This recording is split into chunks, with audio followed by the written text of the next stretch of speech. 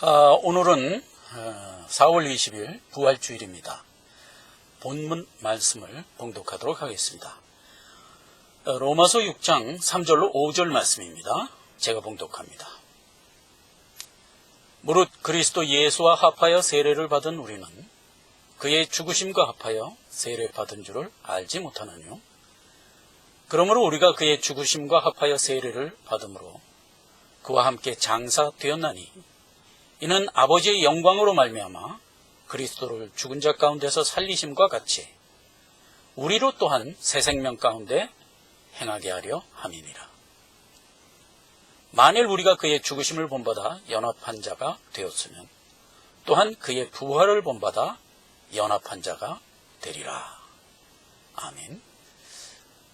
오늘 읽은 이 본문 말씀을 중심으로 해서 그리스도의 부활을 본받아 연합한 자라는 제목으로 말씀을 살펴보고자 합니다. 오늘 이 본문 말씀대로 우리가 그리스도의 죽으심을 본받아 연합한 자가 되었다. 그리고 또한 그의 부활을 본받아 연합한 자가 되었다라는 내용을 언급하고 있습니다. 예수 그리스도가 십자가에 못 박혀 죽으시고 장사한 지 사흘 만에 성경대로 부활을 하셔서 살아나신 것은 엄연한 역사적 사실입니다. 지금으로부터 2000년 전에 예수 그리스도께서 죽은 자 가운데서 살아 첫 부활의 열매가 되신 것입니다. 이 사실은 그 당시에 예수님과 함께 있었던 많은 제자들과 또 사도들에 의해서 목격되고 또 후에 그 목격자들에 의하여 증언으로 기록되어 오늘날 성경에 우리에게 전승되고 있는 것입니다.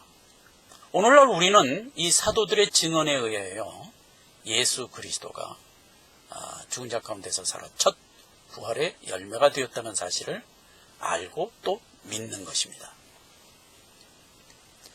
여러 사도들과 제자들에 의해서 부활이 증언되고 기록된 것이 성경에 여러 군데 기록되어 있습니다.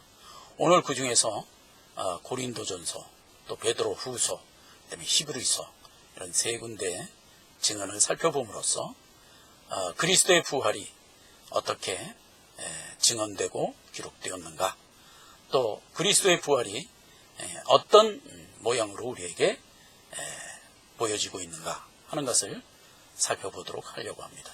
사실 부활은 그 당시 증언된 목격자들 이후에 다시 다른 사람들에게 부활이 목격되도록 예수 그리스도가 나타나시지는 않았습니다.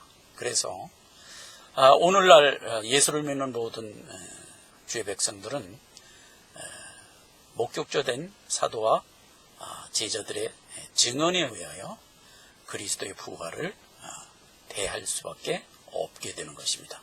그러나 성경 말씀은 진리이고 또 우리에게 증거해 주는 것은 언제나 참이기 때문에 우리가 그리스도의 부활을 넉넉히 믿을 수가 있는 것입니다. 오늘 첫 증언으로서 사도 바울이 기록한 고린도전서 15장 일부를 제가 읽도록 하겠습니다. 고린도전서는 성경의 대표적인 부활장으로서 널리 읽히우는 말씀입니다. 그 중에 15장을 제가 첫 부분을 좀 읽도록 하겠습니다. 15장 1절 이하입니다. 형제들아, 내가 너희에게 전한 복음을 너희로 알게 하노니 이는 너희가 받은 것이요 또 그 가운데 선 것이라. 너희가 만일 나의 전한 그 말을 굳게 지키고 헛되이 믿지 아니하였으면 이로 말미암아 구원을 이루리라. 내가 받은 것을 먼저 너희에게 전하였노니 이는 성경대로 그리스도께서 우리 죄를 위하여 죽으시고 장사지는 바 되었다가 성경대로 사흘 만에 다시 살아나사 게바에게 보이시고 후에 12 제자에게와 그 후에 500여 형제에게 일시에 보이셨느니 그 중에 지금까지 태반이나 살아있고 또 어떤 이는 잠들었으며 그 후에 야고보에게 보이셨으며 그 후에 모든 사도에게와 맨 나중에 만삭되지 못하여 난 자 같은 내게도 보이셨느니라. 그러면서 이제 비로소 그리스도의 부활을 증언하기 시작합니다. 나는 사도 중에 지극히 작은 자라 내가 하나님의 교회를 핍박하였으므로 사도라 칭함받기에 감당치 못할 자로라. 그러나 나의 나 된 것은 하나님의 은혜로 된 것이니 내게 주신 그의 은혜가 헛되지 아니하여 내가 모든 사람보다 더 많이 수고하였으나 내가 아니오 오직 나와 함께 하신 하나님의 은혜로라. 그러므로 내나 저희나 이같이 전파하며 너희도 이같이 믿었느니라. 이렇게 기록을 하고 있습니다. 그러면서 이제 첫 일성이 무엇이냐면 그리스도께서 죽은 자 가운데서 다시 살아나셨다 전파되었거늘 너희 중에 어떤 이들은 어찌하여 죽은 자 가운데 부활이 없다 하느냐 라고 반문하는 것으로 이제 부활을 증언하고 있습니다. 그리스도께서 죽은 자 가운데서 다시 살아나셨다 하는 것은 그 당시나 지금이나 소수 몇몇에게만 나타나 보여진 사실이기도 합니다. 그래서 이제 그 당시에 그리스도의 부활을 목도한 사람들은 제일 먼저 이제 12제자들이죠. 12제자들이 제일 먼저 그리스도의 부활을 목도했고요. 그 후에 이제 부활하신 후 40일 만에 하늘로 승천하시면서 감람산에서 500여 형제를 일시에 모아놓고 모임 자리에서 마지막 당부를 하고 내가 곧 다시 온다 라는 당부를 하고 하늘로 승천을 하심으로써 일시에 500여 형제에게 다 보여주셨습니다. 그 이외에 12 제자와 사도들에게 보이신 것은 물론 예수님의 실제 동생인 야고보에게도 보이셨고요. 맨 나중에는 여기서 얘기하는 만사 떼지 못하여 난자 같은 사도 바울에게도 예수님의 부활을 보여주셨습니다. 그래서 이제 그들이 열심히 예수 부활을 증거함으로 어떻게 됐다고요? 저들이 그대로 믿었느니라 이렇게 기록하고 증언하고 있는 것입니다. 오늘 이제 부활주일인데 우리가 가지고 있는 신앙이 이제 말하자면 두 번째 열매로 나타나게 될 우리의 부활을 소망하면서 우리가 이제 신앙을 이어가고 있는 것입니다. 그런 의미에서 예수를 믿는다는 것은 두 번째 열매 부활을 소망한다는 점에서 예수 믿는 것을 종말신앙이라고 합니다. 종말신앙이라는 것은 우리의 바라는 바 소망이 궁극적으로는 예수님과 같이 부활 성체를 입어 완전하게 돼서 영육간의 완전함을 입어 하나님 나라로 본향으로 입성하는 것을 소망으로 갖고 있기 때문에 예수 믿는다는 것은 결국 종말신앙인 것입니다. 그래서 이제 우리가 종말 그러면 지금은 아직 이루어지지 않았지만 앞으로 이루어질 걸 소망하고 바란다 라는 의미가 이제 종말신앙 안에는 내포되어 있지 않습니까? 그런데 예수 그리스도께서는 죽은 자 가운데서 살아 첫 열매가 되심으로 말미암아 우리가 바라는 종말신앙의 첫 화두를 실현시킨 분이다 이 말이에요. 그래서 예수 그리스도의 부활을 신학적으로 이렇게 표현하는 것에 우리가 주목해야 됩니다. 예수 그리스도의 부활은 실현된 종말이다. 이렇게 볼 수 있는 겁니다. 말하자면 우리가 가지고 있는 종말신앙은요, 다만 소망으로 가지고 있고 또 어떤 증거가 하나도 없이 다만 믿음으로만 갖고 있는 것이다 라는 어떻게 보면 막연한 것이 아니라는 것이죠. 예수 그리스도께서 친히 실증으로 보여주심으로써 우리가 앞으로 맞을 종말을 실현시켜 보여주신 것이다 이 말이에요. 그래서 우리의 소망은 완전 무결하게 살아있는 소망이 되게 해주셨다는 겁니다. 그리스도가 우리에게 보여주신 이 첫 열매 되심이 우리에겐 산 소망이 되는 것입니다. 그래서 그때나 지금이나 부활신앙에 대하여 성도들이 가지고 있는 여러 가지 의혹과 의문들은 많이 있었습니다. 그것을 일거에 말하자면 잠재우고 우리가 가진 바 부활의 소망은 참 소망이며 이거는 넉넉히 실현될 수 있다는 것이 그리스도의 첫 부활로 말미암아 증명된 사실이니라 라는 사실을 우리에게 항상 성경은 일깨워주고 있는 것입니다. 그래서 이제 세상 사람들은 부활을 절대로 믿을 수가 없습니다. 믿는 성도들만 예수 그리스도가 우리에게 증언을 통해서 남겨준 부활을 믿고 소망하게 되는 것입니다. 제가 이제 도윤이 나이 때입니다. 그러니까 9살 때입니다. 내가 다니던 학교에 미국인 선교사가 와서 강연을 한다고 그랬습니다. 그래서 형들 손에 붙잡혀서 이제 내가 그 강연을 들으러 학교 강당으로 이제 가게 됐습니다. 그 당시는 이제 6.25 전쟁이 끝난 직후고 얼마 되지 않은 때이기 때문에 많은 선교사들이 우리나라에 이제 들어와 있을 때입니다. 아주 새파랗게 젊은 청년들이죠. 청년들이 깨끗한 옷을 입고 속성으로 우리말을 배워가지고 더듬거리는 말로 우리에게 이제 말하자면 성경 말씀을 설교했던 것입니다. 그때는 뭐 그런 일이 이렇게 잦지도 않고 어디 이 미국인이 또 우리에게 무슨 설교를 한다 이러면 그 자체가 이제 흥미로웠기 때문에 사람들이 아주 많이 모였습니다. 그래서 저도 어떤 형들의 손에 붙들려서 이제 그 강연을 들으러 갔죠. 근데 그때 미국인 선교사가 떠듬거리는 한국말로 우리에게 알려준 설교 내용이 부활에 대한 얘기였습니다. 그때 그분이 이렇게 얘기를 했습니다.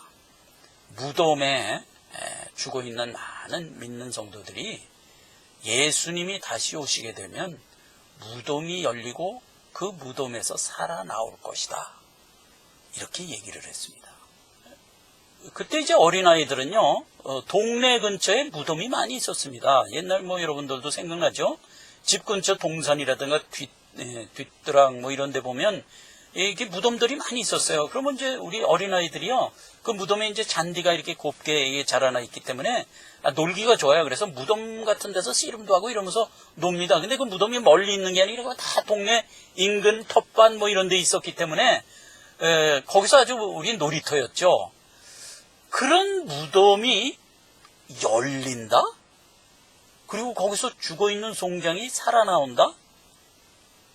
그런 내용인데 어린 나이, 제가 그때 9살인데 어린 나이인 제가 그걸 못 믿겠더라고요. 못 믿을 뿐만 아니라 그렇게 말하는 미국인 선교사 청년이 어리석게 보이기까지 하더라고요. 훗날 이제 제가 하나님의 은혜를 받고 이제 신앙을 갖고 믿는 자가 되었습니다. 그런데 지금은 예수 그리스도의 부활과 또 내가 마지막 날에 그리스도의 은혜로 예수님이 오시는 그날 나도 부활할 거라는 분명한 믿음을 가지고 있습니다. 그래서 오늘날 저는 아주 확실한 한 가지 신학적 내용을 고백하는 자가 되었습니다.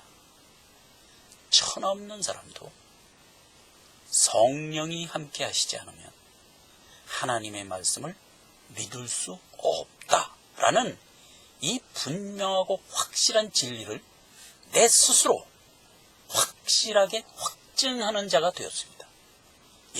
이건 뭐 누가 가르쳐준 게 아니라 내 스스로 가지고 있는 증거가 되어버렸습니다.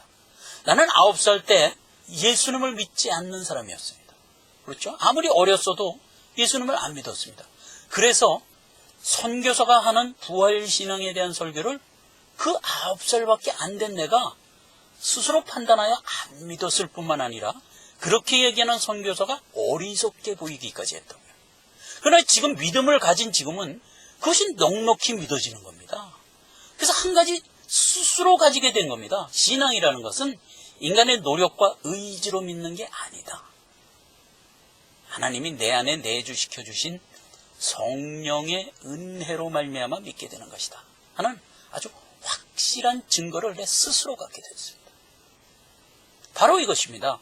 세상이 그리스도가 부활했다, 그리고 예수 믿는 모든 자들이 부활할 것이다 라는 이 사실을 못 믿는 것은요, 그는 지극히 당연한 겁니다. 그래서 세상적으로 많이 배우고 뭐 유식하고 그래서만 못 믿는 게 아닙니다. 성령이 그 안에 내주하지 못하면 그가 유식하든 무식하든, 그가 나이가 들었던 어린아이건 상관없이 못 믿는 겁니다. 누가 믿냐? 하나님의 영이 내주하여 감동시켜준 자 이외에는 그리스도의 신앙을 가질 수가 없는 것입니다. 이 확실한 증거를 제 스스로 갖게 된 겁니다. 마찬가지입니다. 그때나 지금이나 부활신앙을 사람들이 믿지 못했습니다. 그런데 지금은 그래도 성경이 있어서 부활신앙을 믿고 있는 많은 성도들이요, 여러 가지 의문이 생기면 성경 말씀을 들어가서 그 의문을 해소할 수 있는 충분한 답을 말씀 속에서 찾아낼 수가 있습니다. 그래서 이제 오늘날 우리는 참 복되게 예수를 믿고 있는 것이죠. 그러나 사도 바울 당시 그 초대교회 시절에는요, 오직 증언자의 증언 이외에는 저들의 의문을 풀 방법이 없었습니다. 그러니까 이제 부활신앙을 저들의 증언에 의하여 갖고 믿었으면서도 여러 가지 일어나는 의문들을 해소하지 못한 채 여러 가지 의견으로 염려와 근심 속에 있었습니다. 말하자면 이런 겁니다. 그때가 예수님이 부활승천하고 한 30년쯤 흐른 때였습니다. 그래서 이제 많은 사람들이 아주 뜨거운 소망을 갖고 다시 오시겠다고 약속해 주신 예수님을 아주 기다렸죠. 이제 금방 오실 줄 알았습니다. 예수님도 그렇게 말씀하셨거든요. 내가 곧 오리라. 너희가 예루살렘을 한 바퀴 돌기 전에 오리라. 이렇게 말씀해 주셨거든요. 그래서 이제 금방 오실 줄 알았습니다. 그랬는데 30년쯤 지났는데도 아직 안 오는 거예요. 그러니까 이제 어떤 현상이 생겼냐면 30년 그러면 상당히 긴 세월입니다. 사람이 철들고 살아가는 수완을 한 50년 정도로 보죠. 그러면 50년 중에 30년 그러면 거의 인생의 거의 다입니다. 그래서 이제 자기가 살아간 경우는 한평생을 다 기다렸는데, 거의 다 기다렸는데도 약속대로 안 오시니까 여러 가지 염려와 근심이 생길 수밖에 없는 것이죠.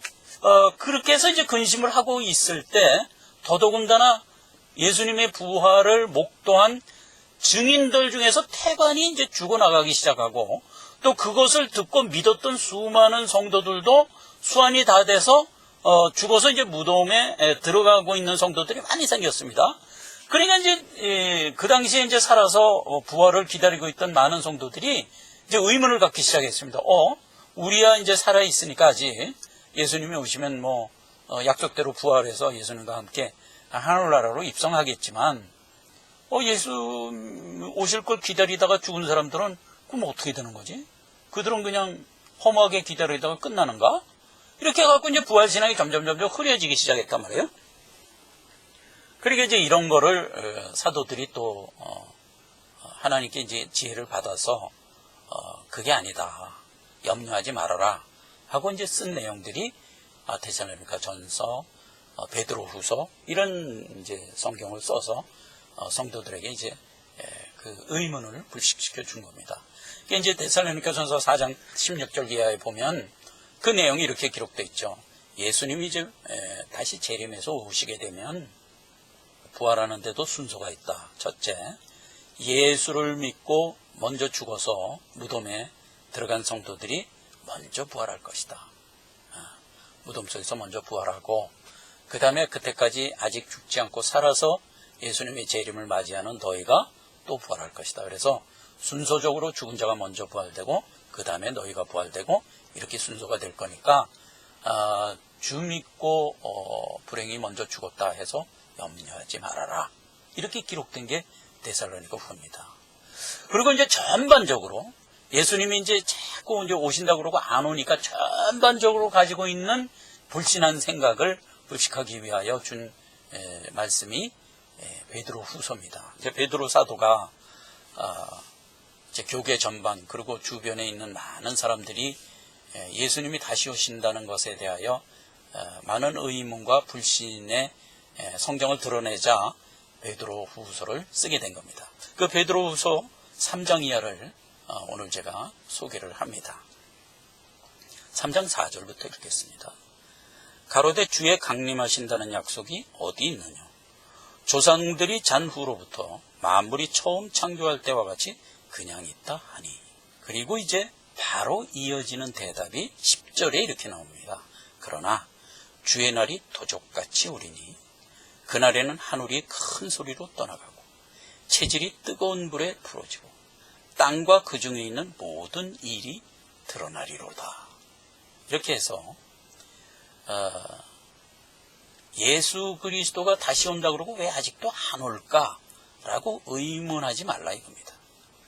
예수님은 곧 오시는데 오시면 막바로 어떻게 된다? 너희는 부활하여 예수와 함께 하늘나라로 올라가고 이 땅은 또 하늘은 다 소멸돼서 없어질 것이다 라는 것을 주제로 하여 기록된 말씀입니다. 그 당시에 말하자면 사회 지도 계급들이 부활에 대해서 어떻게 생각하고 있었냐면 사도 바울이 이제 재판을 받고 있습니다. 바리새인들의 기소에 의하여 이제 성전을 모독했다는 죄목으로 재판을 받고 있을 때 그 사도 바울이 이제 재판석상에서 내가 재판을 받는 것은 예수 그리스도가 우리에게 주신 약속 부활 소망을 인함이라 이렇게 이제 언급을 하니까 재판을 진행하고 있던 바리새인과 사두개인들이 갑자기 그 말 끝에 저희끼리 분쟁이 생겼어요. 그래서 이제 사두개인들은 부활이 없다고 주장하는 자들이고 바리새인들은 부활이 있다고 주장하는 자들이거든요. 그러니까 이제 사두개인들이 야 뭐 부활이 무슨 부활이 어디 있어 이러고 이제 나오니까 바리새인들이 부활이 있긴 있지 이러면서 이제 얘기가 되면서 원고 측이 저희끼리 싸우게 된 겁니다. 그러니까 사두개인과 바리새인이 부활이 있다 없다 하면서 이제 저희끼리 싸우게 된 것이죠. 그 당시나 오늘이나 똑같은 것은 사회 지도층 계급, 말하자면 엘리트 그룹, 뭔가 사회적으로 많이 배우고 안 식자층일수록에 예수 그리스도의 부활을 못 믿습니다.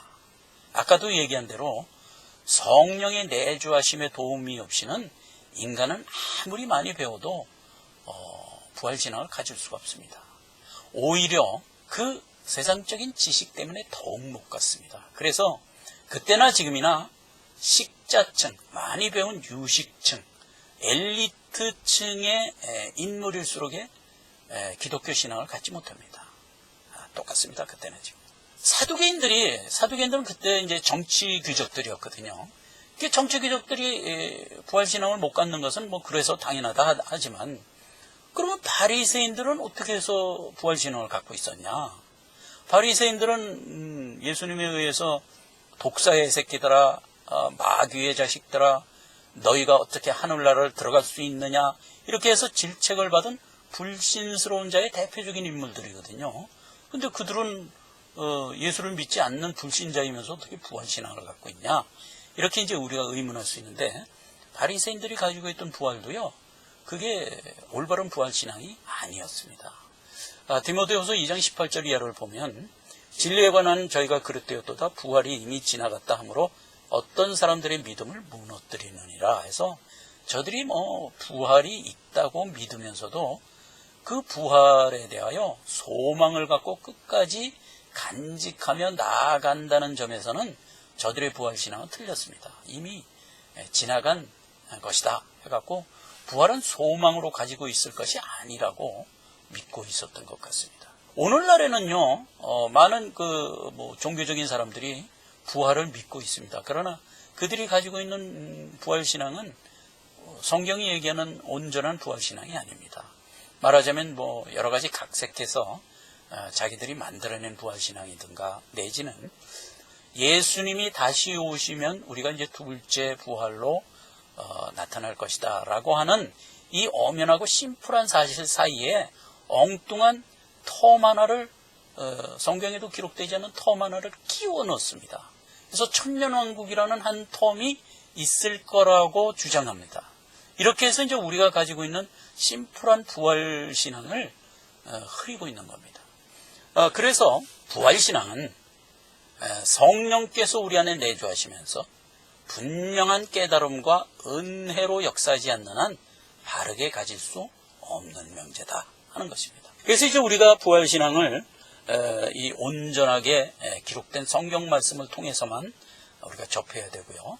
그렇게 해서 접한 부활신앙을 우리가 바르게 믿어서 우리의 신앙으로 가지고 있어야만 되는 것입니다. 이 베드로후서 3장 이후의 말씀을 좀 더 자세히 보시자고요. 베드로후서를 기록할 당시는 그때나 지금이나 동일해요. 주님이 오신다고 약속을 했는데 왜 안 올까 하는 것을 각자 개인적으로는요, 자기의 전생애를 다 보내면서 기다리는 과정이 있습니다. 근데 그때도 마찬가지예요. 자기가 평생 신앙을 갖고 살아오면서 주님 오시기를 자기 평생에 오실 걸 기대했는데 안 오는 데서 오는 실망감이 지금 이제 드러난 겁니다. 그러니까 그때나 지금이나 똑같은 거예요. 어째서 주님이 안 오지? 왜 안 오지? 라고 생각하는 것은 베드로 사도가 이 글을 쓸 당시에도 똑같았고 지금도 똑같습니다. 그러니까 이 상황이 2000년이 지난 지금까지도 이어져 오고 있는 겁니다. 예수님이 곧 오신다고 약속한 그 약속 상황이 지금 그때 이후 지금까지 똑같은 상황으로 이어오고 있습니다. 길지요. 2000년 동안 이어오니까 길지요. 그러나 2000년은 우리가 가늠할 수 없어요. 내 일생 전부를 기다렸는데 안 온다. 이런 점에서 깁니다. 그러니까 그 당시에도 신앙을 가지고 있던 거의 대부분의 사람들이 30년 이상을 기다렸단 말이에요.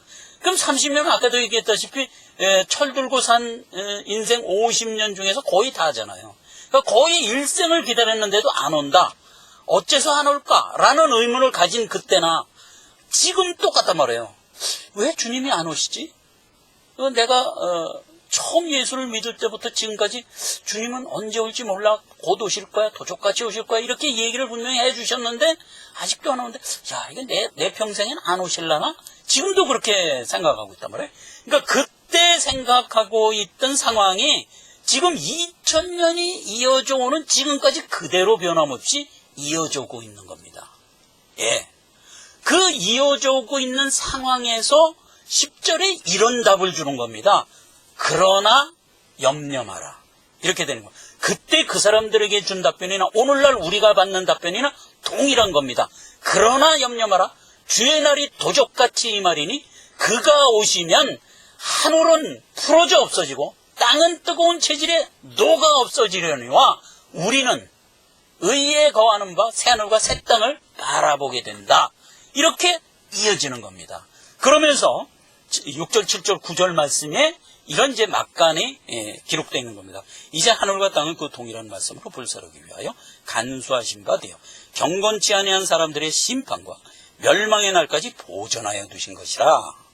주의 약속은 어떤 이에 더디다고 생각하는 것 같이 더딘 것이 아니라 오직 너희를 대하여 오래 참으사 아무도 멸망치 않고 다 회개하기에 이르기를 원하시느니라. 해서 주님이 곧 다시 오신다 그러고 계속 늦추고 안 오시면서 그 오신다고 한 약속의 상태를 계속 이어오시는 이유는 될 수 있으면 모든 사람들이 다 믿어서 너희와 같은 분명한 부활 소망을 가지고 있기를 주님이 기다리고 있다 이 말이에요.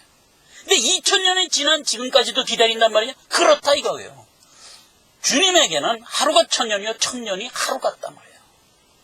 그러나 각자에게는 자기 일생을 기다리는 거예요. 근데 그걸 기다리라는 겁니다. 그러나 그 기다림 끝에 주님은 언젠가는 도적같이 올 것이다. 이거예요. 그러니까 예수님이 약속하고 승천한 이후 주님이 다시 오시는 그날 사이에는 아무런 다른 단계가 없다는 얘기를 베드로후서에는 아주 분명하게 기록하고 있습니다. 왜 안 올까? 왜 안 올까는 그때 생각이나 지금 생각이나 똑같이 오고 있는데 그 상황에서 준 대답이 뭐야? 염려 마라. 오늘날 도적같이 올 것이다. 만약에 중간에 주님이 오신다는 중간에 천년왕국이라는 별도의 텀이 있다면 그걸 기록했겠죠. 성경에. 염려 마라. 주님이 곧 오시는데 오시기 전에 천년왕국이 지날 것이다. 그리고 나서 오실 것이다. 분명히 이렇게 기록했을 거 아닙니까? 근데 베드로후서 그렇게 기록 안 했단 말이에요. 기다리냐? 그래 지루하냐? 염려 마라. 주님이 도적같이 올 것이다. 오면 하늘과 땅은 없어지고 너희는 들림받을 것이다. 분명히 이렇게 기록하고 있다는 사실이에요. 그러니까 여기 중간에 다른 어떤 텀을 끼워 넣는 것 같은 신앙을 가지면 안 된다는 겁니다. 근데 지금 교계에서는요, 전천년설이다, 후천년설이다 해갖고 천년왕국이라는 어떤 천년왕국의 텀이 주님 오시기 전에 우리에게 주어진다고 가르치고 있어요. 근데 그건 요한계시록 19장에 있는 어떤 말을 잘못 해석한 데서 비롯된 얘기인데, 그건 성경 전체적인 흐름에 비춰와서 그런 얘기는 없다고요.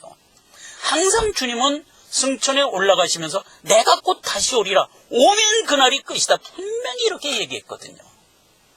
근데 그것은 도외시하고 어떤 엉뚱한 비견되는 어떤 구절 하나를 들고 나와서 천년왕국이 있다고 자꾸 주장한다면 그건 잘못된 신앙이다 이겁니다. 그래서 어떻게 이어집니까?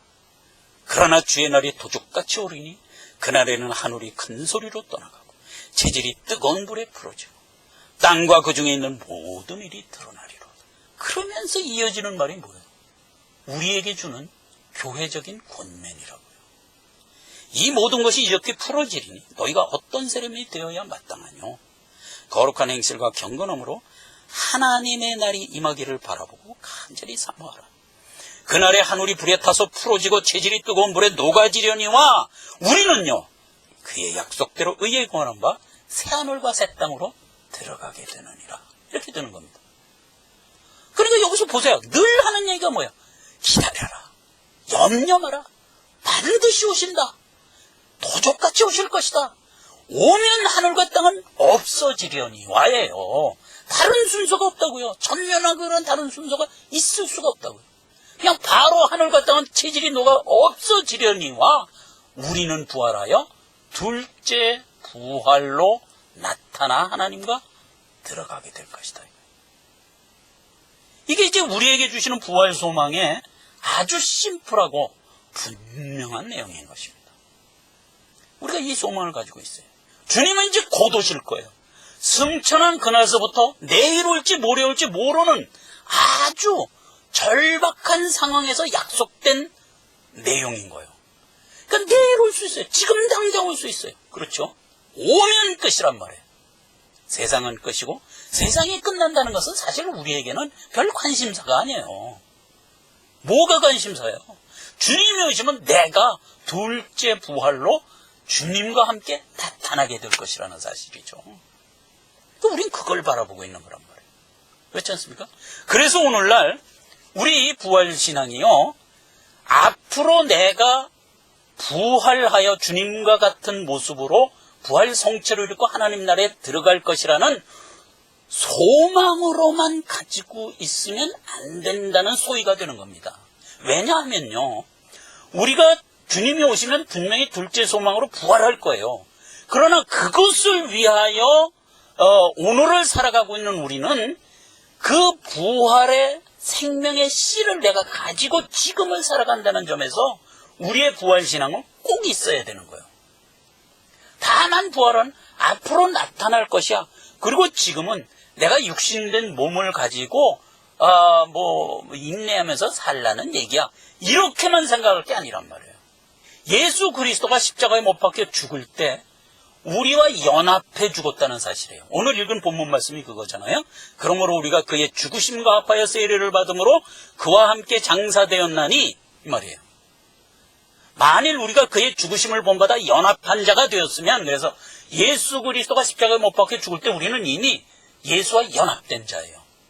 그래서 함께 십자가에 죽었다고요. 나는 안 죽었는데 내가 언제 죽었어? 그런데 예수님이 나의 영을 예수 안에 넣고 함께 죽으셨다고요. 그래서 우리가 죄에서 끊어진 자가 됐다고요. 우리의 죄의 뿌리가요, 사단에 연결되어 있었어요. 근데 예수 그리스도 십자가에 못 박혀 죽으실 때 그 끈이 끊어진 거예요. 그래서 이제 우린 죄와 상관없이 예수와 연합한 자가 됐단 말이에요. 그리고 이어서 어떻게 된다? 예수님이 부활할 때 그 연합된 상태에서 우리도 부활했다 이 말이에요. 그러니까 우리 안에는 뭐가 있다? 생명의 씨가 있단 말이에요. 생명의 씨가. 예수 그리스도와 내가 연결되는 생명의 씨가 있다. 그러니까 옛날에는 사단과 연결되는 죄의 끈이 우리와 연결되어 있었는데 그걸 예수님이 끊으시고 이제 예수 그리스도라는 생명에 나를 연결시켜 끈으로 뿌리를 내리게 해주셔서 생명에 연결된 자가 되게 되었다. 이것이 그리스도의 연합인 것입니다. 이 연합된 자로서 우리에게 허락된 수완을 살도록 허락한 겁니다. 그래서 이 연합된 신앙을 가지고 살아가는 것, 이게 오늘날 우리에게 명하는 부활신앙인 것입니다. 로마서 5장 10절에 보면 곧 우리가 원수 되었을 때 그 아들의 죽으심으로 말미암아 하나님과 더불어 화목되었은즉 화목된 자로서는 더욱 그의 살으심으로 인하여 구원을 얻게 되리라 이랬단 말이에요. 여기서 구원을 얻게 되리라라고 하는 얘기는 우리가 둘째 부활로 나타나리라 이 소리예요. 그러니까 예수가 살으심으로 인하여 우리도 함께 살아 이 땅을 생명의 씨를 가진 자로 살게 되는 것입니다. 골로새서 2장 6절 7절에 보면 우리가 과거에 사단으로부터 뿌리를 내리고 있던 그 끈이 끊어지고 이제는 예수 그리스도라는 그 생명의 뿌리가 연결되어 있다는 사실을 이렇게 기록하고 있습니다. 그러므로 너희가 예수를 주로 받았으니 그 안에서 행하되 그 안에 뿌리를 박으며 세움을 입어 교훈을 받은 대로 믿음에 굳게 서서 감사함을 넘치게 하라 이랬어요. 그러니까 우리의 뿌리는 이제 예수 그리스도라는 생명에 연결되어 있어요. 그러니까 우리는요 지금 육신 가운데 이렇게 살고 있어도요 생명의 씨가 우리 안에 있어요. 옛날 우리가 안 믿었을 때 나와 지금 믿고 난 후에 나는 외형적으로 변한 게 없어요. 그렇죠? 그때도 연약한 육신의 몸을 입고 내 영이 함께 살고 있었어요. 지금도 연약한 육신의 몸 속에서 내가 지금 살고 있어요. 그때는 지금이나 외형적으로 바뀐 게 없어요. 그러나 영적으로는 분명히 달라졌어요. 그때는 내 육신에 있는 죄의 뿌리가 사단과 연결이 돼 있었어요. 그리고 생명의 씨가 하나님과 연결이 안 돼 있었어요. 근데 예수 그리스도 십자가 대속을 믿는 순간 그 사단과 연결된 뿌리는 끊어지고 하나님의 생명에 내 뿌리가 연결이 돼 버렸단 말이에요. 그러니까 그 옛날에 안 믿었을 때 나와 지금의 나는 외형적으로는 변함이 없으나 영적이고 신앙적으로는 분명히 달라졌다고요. 나는 이제 죄의 뿌리에서는 끊어지고 생명의 뿌리를 내린 생명의 씨를 가진 자가 됐단 말이에요.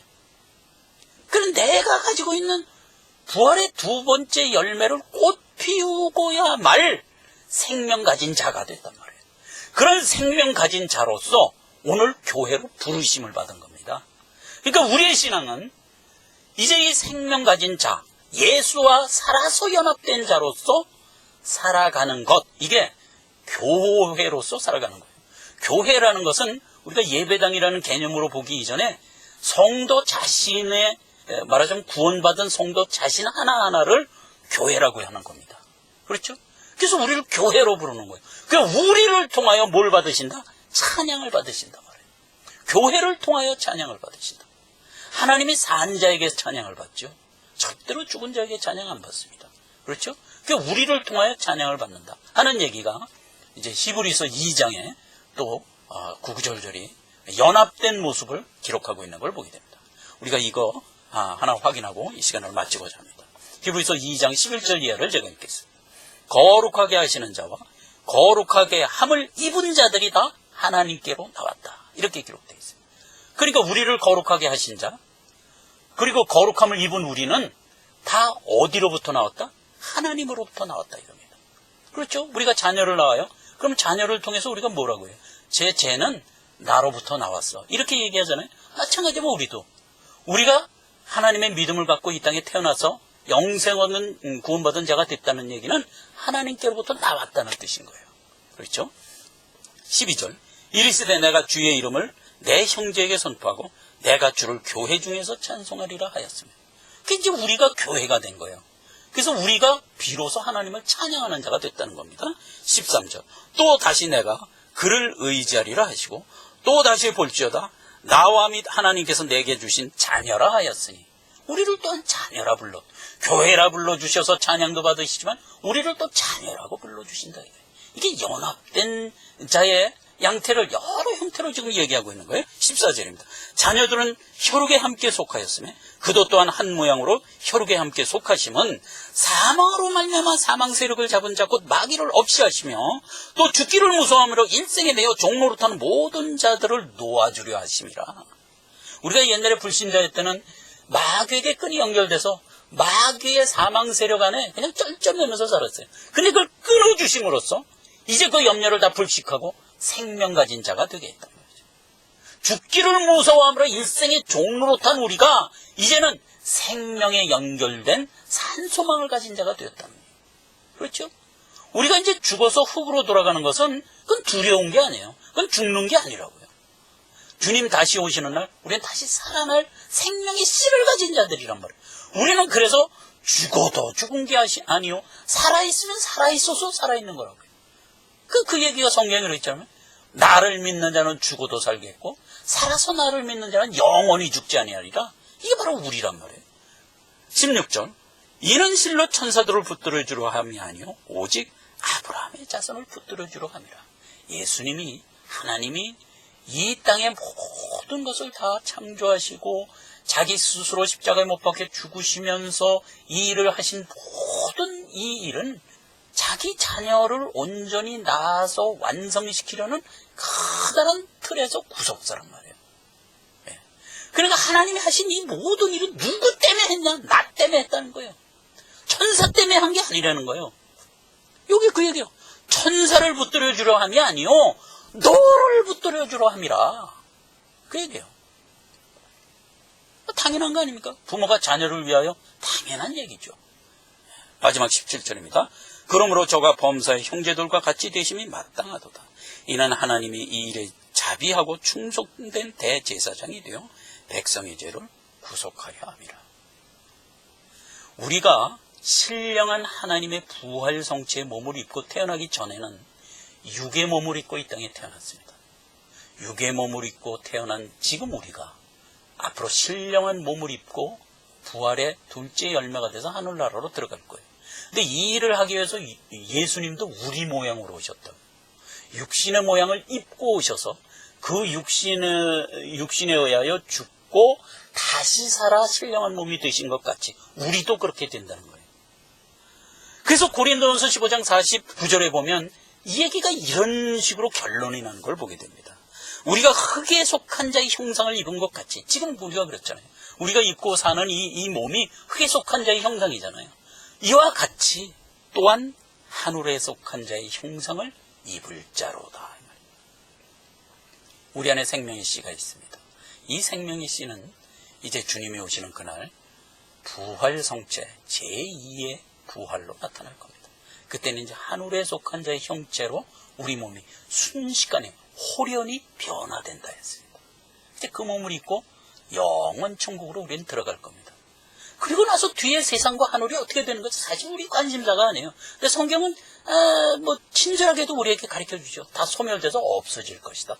없어지든 말든 사실 우리의 관심사는 아니에요. 예, 하나님의 관심사도 어떤 의미에서 아니에요. 왜냐하면 처음부터 이 일을 시작한 건 우리 하나를 완성하기 위하여 시작한 일이기 때문에 우리가 완전히 완성되고 나면 그러나 하나님께서는 그것만이 최고의 관심사예요.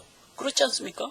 그렇게 해서 데리고 들어가시면 우리를 위하여 예비했던 이 훈련장된 우주 만물은 소멸에 없어질 것이다. 이 분명한 신앙을 우리가 가져야 돼요.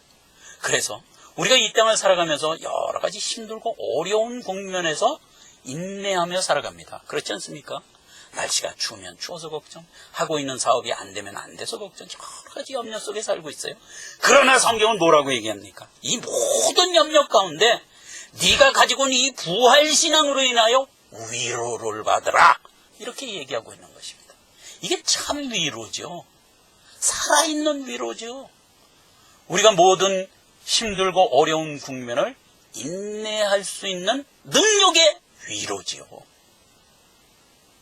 예, 이 부활신앙을 오늘 부활주의를 맞아서 하나님이 우리에게 주신 모든 말씀을 통해서 다시 한번 새롭게 간직하고 앞으로 남은 우리 수한 동안을 힘차고 복되게 이 신앙 갖고 살아가는 우리 모두가 되기를 기원합니다. 기도하겠습니다. 하나님 아버지, 은혜와 사랑을 감사드립니다. 하나님께서 우리에게 주신 이 귀하고 복된 신앙을 우리가 오늘 믿음으로 가지고 살아갑니다. 이것은 하나님이 우리에게 주신 선물이요, 내가 자의로 깨달아 알고 있는 것이 아닙니다. 하나님이 내게 주신 은혜요, 선물이요, 내가 반드시 생명의 씨로 간직해야 될 소망인 것을 우리가 오늘 깨닫습니다.